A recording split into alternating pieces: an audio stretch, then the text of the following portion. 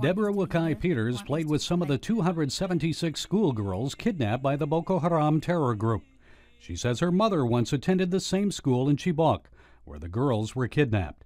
Deborah has experienced her own horrors at the hands of Boko Haram.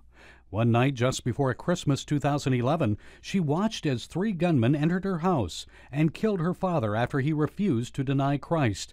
They also killed her 14-year-old brother Caleb. So they go ahead and shoot him twice in his chest. So he fall. When he fall, he started like moving. So they go ahead and shoot him again, one in his mouth, and then he fall down and died. So I was in shock. I didn't know what was happening. Deborah's mother, a former Muslim, was away from home at the time. Shortly after, American children of 9/11 victims invited Deborah to attend a camp in the U.S. While she survived a terror attack, Deborah could not make it through the bureaucracy of the State Department. It twice denied her visa requests. And the reason she was denied a visa was they said to her, you can't make this stuff up. They said to her, you don't have family ties. And so they essentially re-traumatized a girl whose family was exterminated by terrorists. This is the same department that only recently labeled Boko Haram a terrorist organization. The Hudson Institute's Nina Shea says until last November, department officials like former Assistant Secretary Johnny Carson rejected the idea that Islam motivates Boko Haram.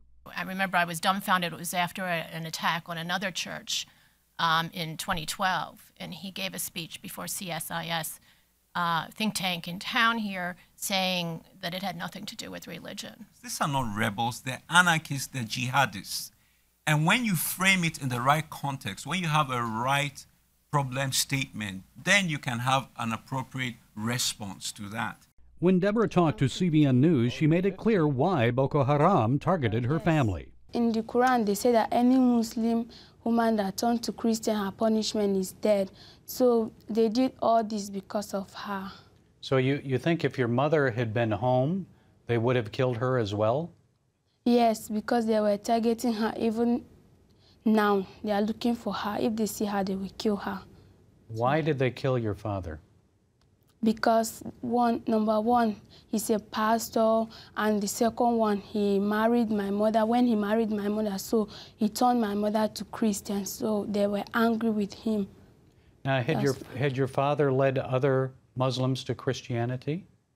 Yeah. Ogebe suggests world leaders take a more aggressive response in order to stop these attacks. This is a make or break time for Boko Haram. If the world cannot unite and snuff them out now, they now know what will get our attention, and they're going to keep, putting it in our faces. As for Deborah, she finally received a student visa and now attends school in the U.S.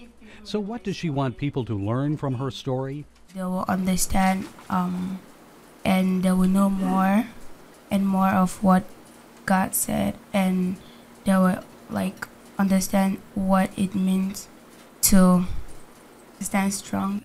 A 15-year-old Nigerian student standing strong in victory over Islamic terrorism and praying that her Christian friends will soon be reunited with their families. Gary Lane, CBN News.